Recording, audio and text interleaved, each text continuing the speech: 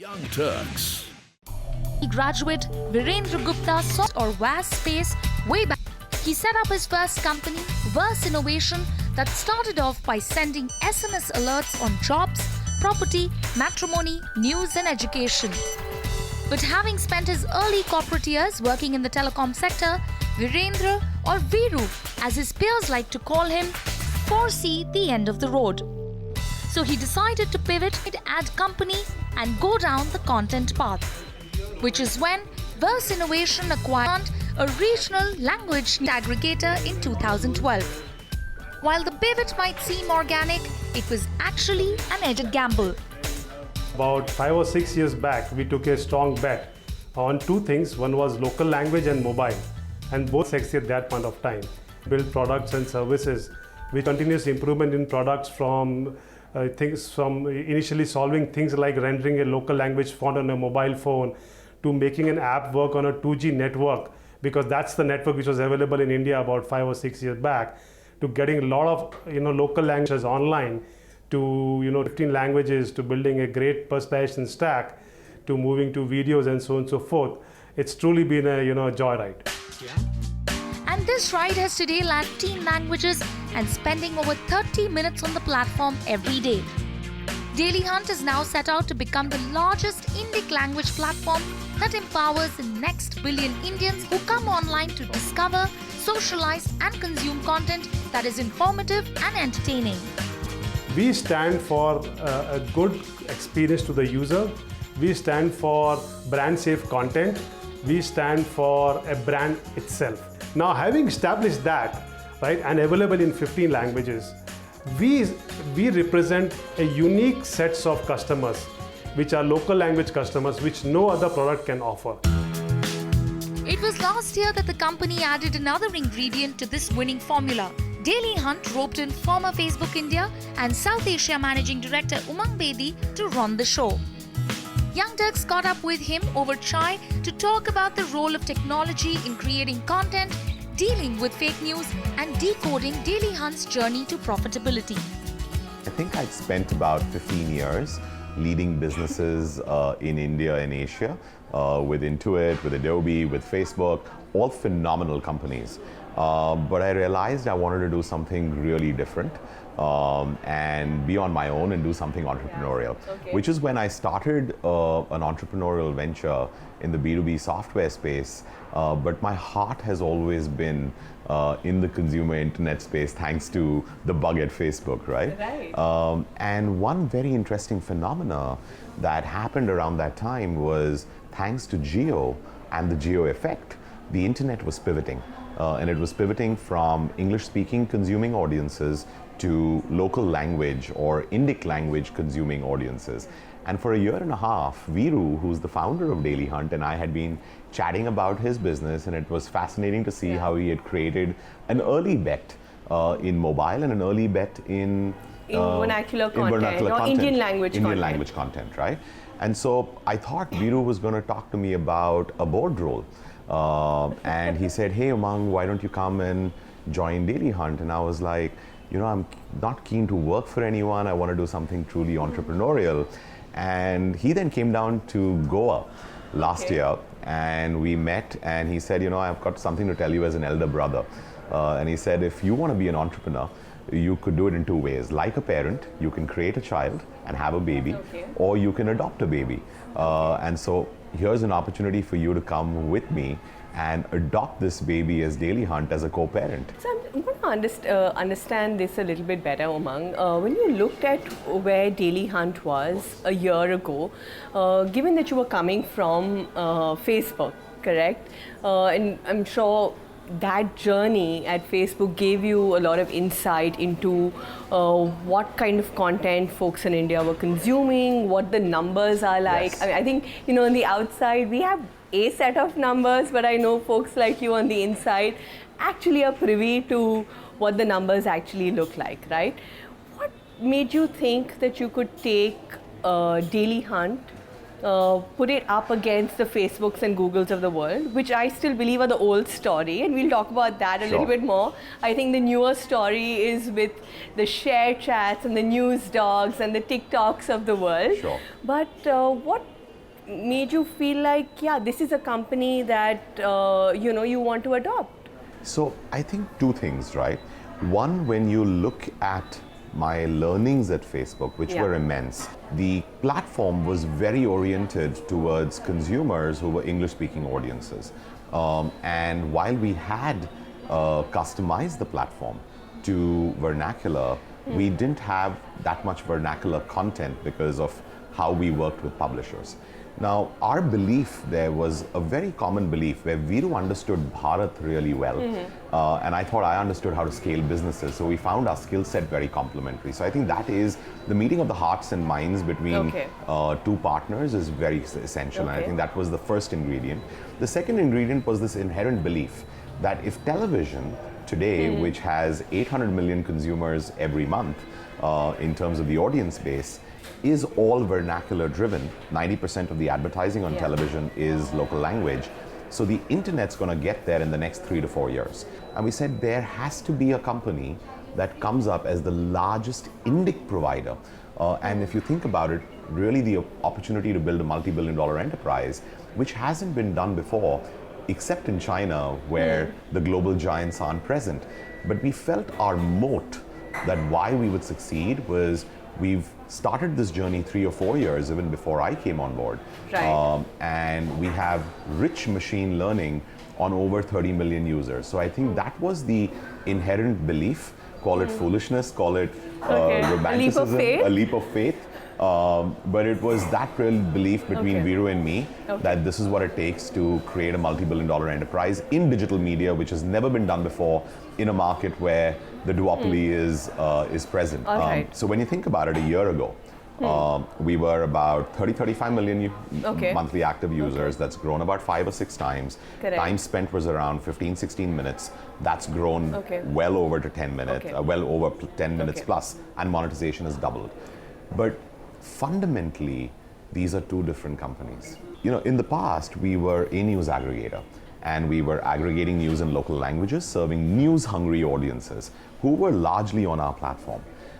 We realized that thanks to the geo effect, the next 100 million or the next 200 million users who are coming online have very different needs. So what are your biggest buckets now? If it's not news anymore, because also we have to look at the kind of consumer that's coming on board, right? Can you also give us a sort of your target audience now, and the folks that are that 186 million, how many of them are below 18, how many of them are below 25, how many of them are below 40?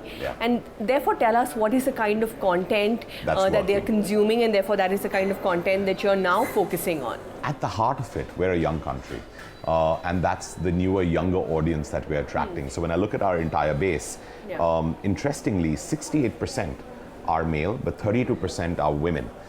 So we're attracting a slightly higher women audience than what is there on prevalent platforms in the country. Fundamentally because our content is very, very clean. It's safe for viewability with family and friends and in the office. And there's a lot of algorithmic work that's gone to make that happen.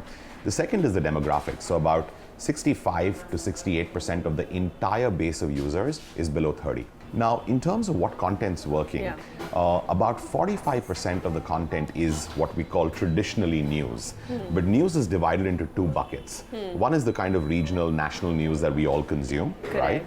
But Bharat cares more about मेरे मोहल्ले में क्या हो रहा है, मेरे इलाके में क्या हो रहा है, बाढ़ कब आई, मंदिर में आरती कब है, what's my local content like? What's my local news? Hyperlocal content. And so about 25% or half of that news is hyperlocal news, right? When I map the genres out in terms of total consumption, we have about 12.5 to 13 billion page views every month, about over 2.5 billion video views, and 60% of that consumption is in buckets like astrology, Bollywood, cricket, divinity, lifestyle, entertainment, youth, women, sports. And so these are newer genres that are being consumed, and a lot of that movement is moving to video. Would it be fair to still classify yourself just as a news aggregator? And tell us a little bit, because you launched your own TV platform, you've launched your own app for that snackable sort of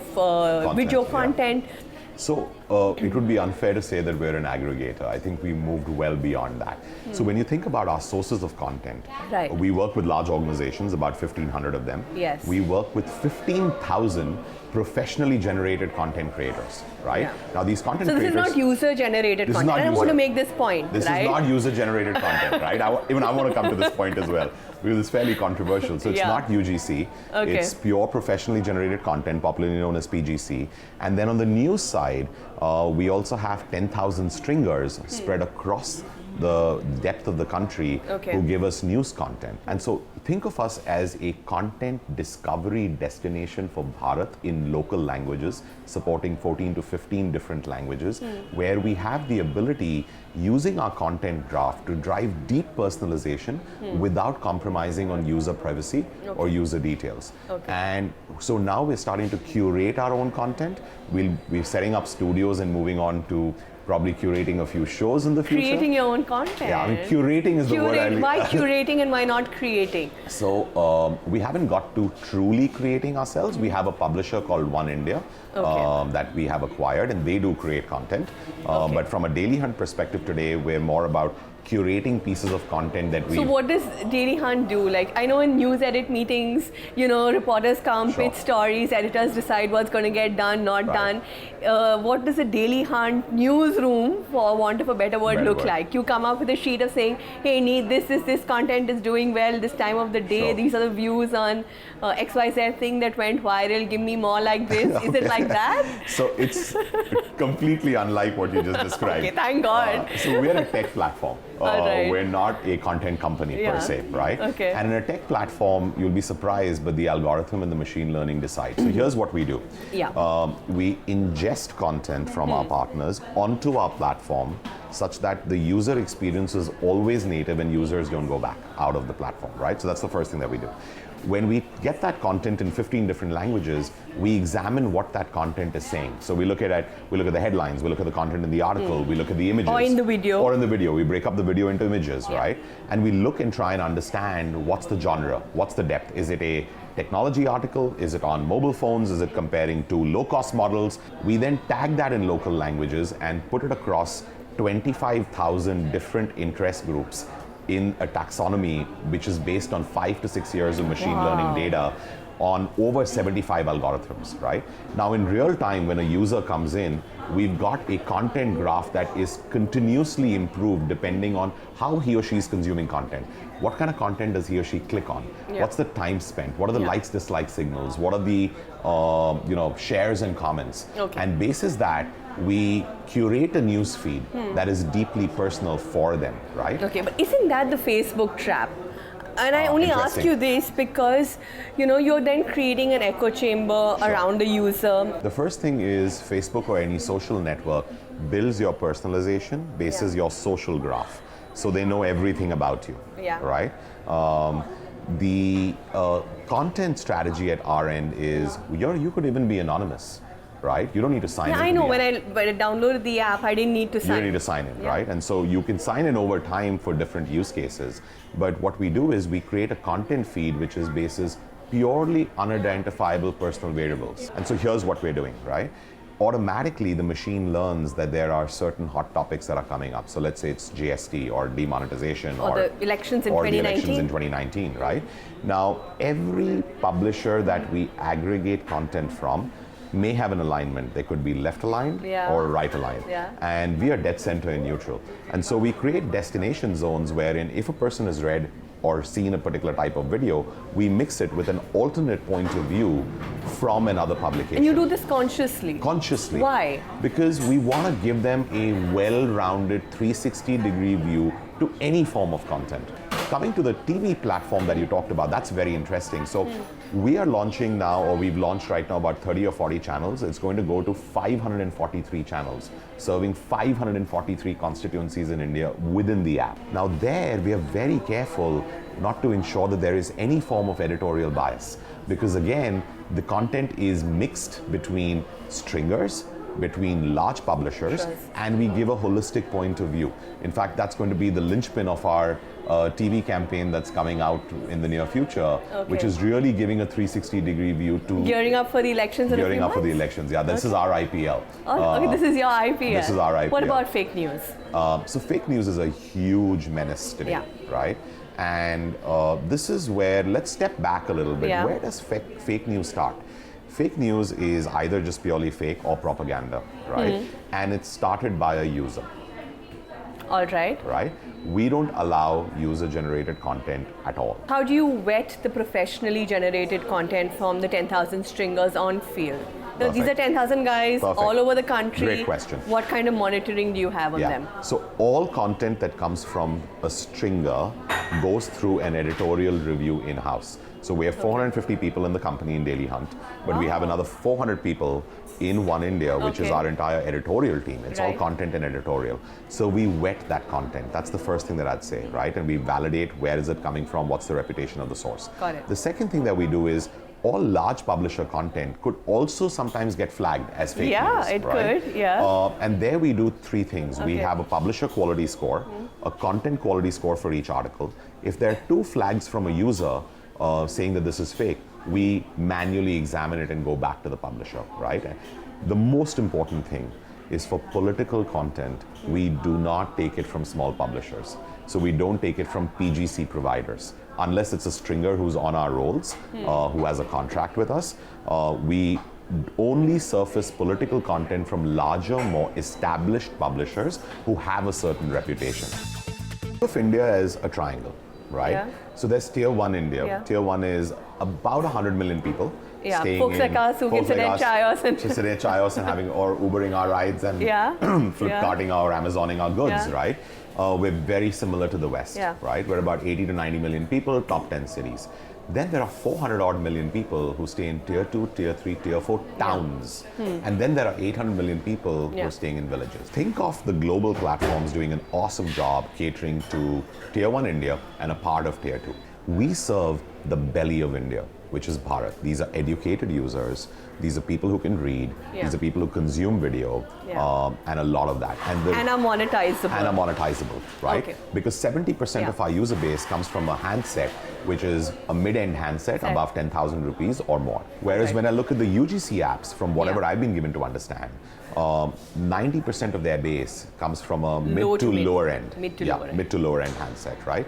And that's a surrogate in the online world for socioeconomic classification. So they're really serving the first-time user who's coming on board, but interestingly, it's not monetizable per se from that perspective. And think about this, Saina. Real-world multi-billion-dollar businesses are built on revenue. They're not built on MAUs and DAOs. They're not built on time spent. That's a leading indicator, but ultimately you gotta find a sustainable way to either do advertising using ad tech, and we built our own ad tech, or you do in-app purchasing, which again, that base doesn't have the ability to go there. How have conversations with advertisers and marketers changed, Umang? And you've been in this business now for a while. So tell us about how those conversations are changing and what makes you optimistic about the advertising dollars actually coming to digital, and within that coming to vernacular or the Indic platform. So some of the largest advertisers in India, Unilever, Amazon, Samsung, Xiaomi, a lot of them across sectors, automobile companies, have really gone down this path of bringing vernacular as a line item into how they think about creative. What has led them to do that is the CTR rate on local language content. Click-through rates. Click-through rates. Sorry about the jargon. Just de-jargonizing for the audience. The click-through rate on this content is more than 2 to 3 times of English language advertising. Today we would argue that we are the fastest growing app in India, adding 10 to 15 million net new monthly active users for the last 15 months. In addition, we've launched a self-serve engine for small businesses where they could do targeting to pin code level of accuracy, because this is for small businesses. So the platform's up and running, a small business can come online, put up a creative and say, I want to target men or women in this pin code. This is a model that we saw Just Dial trying to play out, and a bunch of others as well. hasn't really caught on in the way that they would have expected or even the market expected, right? Which brings us back to that India question of India is not China. The India consumer is nowhere as savvy as a Chinese consumer. And that links back to the question of, while these projections look good on paper, to get them to translate is the challenge. User growth is always a leading indicator. Monetization takes some time to lag behind. But I think the fundamental there, Saina, is GDP per capita, right? Even if you look at GDP per capita in China today, it's around $9,000 to $10,000 a person, which truly makes them a consuming nation. If you look at the GDP per capita in India, right?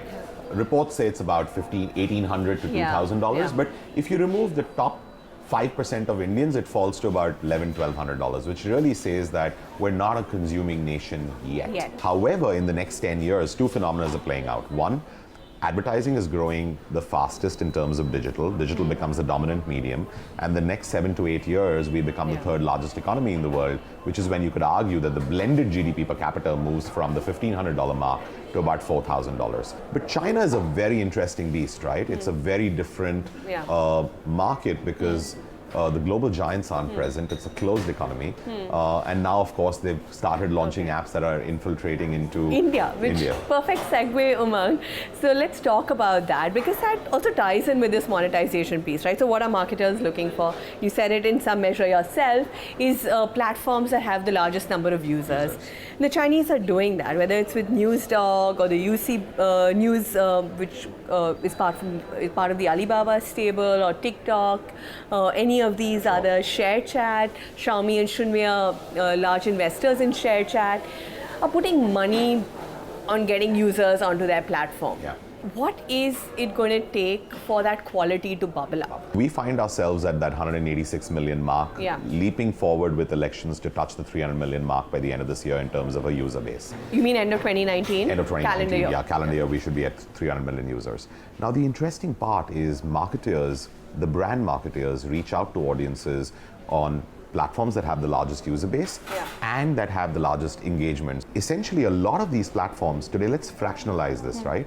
Even if you look at news, there was a big wave 3 years, UC News came into market, right? UC down in India. There was this big news that came out around NewsDog, and we find their traffic completely falling off the cliff, right? And this is public data. And so what we found is in our zone, in what we're operating in, our moat on personalization is really working, because when you take our user base, it's about 5x or 8x of the nearest competitor. When you take the time spent, we're between 2 to 3 times of that base. So that's one. And the second piece is, any marketer, especially if you talk to a FMCG marketer, he doesn't care about who you have. He wants to know how many women you have on the platform. Are they engaged? Third, is it a monetizable user base? So brand safety, is it a monetizable user base? And the percentage of women on the platform, which is what all marketers are targeting in India. Okay, so to wind down this conversation, Umang, in the next year, we are at the beginning of 2019, and you start year 2 at Daily Hunt. What do you hope to achieve over the next year personally, in terms of your growth as an entrepreneur, and then for the business as well? Well, for me, it all starts with health. And the last 1 year, I've come down from maybe 130 plus kilos to about 77 now. So I just want to go down that journey and be at it. For me, that's really important, and spending time with my loved ones. And for Daily Hunt is really our team and our people. We are hoping that by the end of the year, we really achieve our mission of being the largest digital media platform in the country. And then over time, really build out true network and platform effects, which is start offering them probably financial services, micro loans, credit. To sum it up, health first, health and family for me first, grow the business for it to truly become a multi-billion-dollar revenue engine and a valuation engine, and most importantly, become the largest platform that's trusted as a trusted brand. All right. You said, you want to look at the growth of the business in terms of valuation as well as revenue. And so in that context, I'm going to ask you, Daily Hunt in the market for a large $100-odd million round? So I won't comment on that. What I will say is we are growing very fast. Okay. Our numbers and metrics change month on month. We will continue to raise capital. Yeah. And there's a lot of investor interest, and at the right time, I will come to you and share some good news. Yeah. All right, Umang, thanks a lot for this conversation. Thanks a Pleasure lot. having you on the show. Thank you for having me. Thank you. And with that, it's a wrap on this. Years of Young Turks.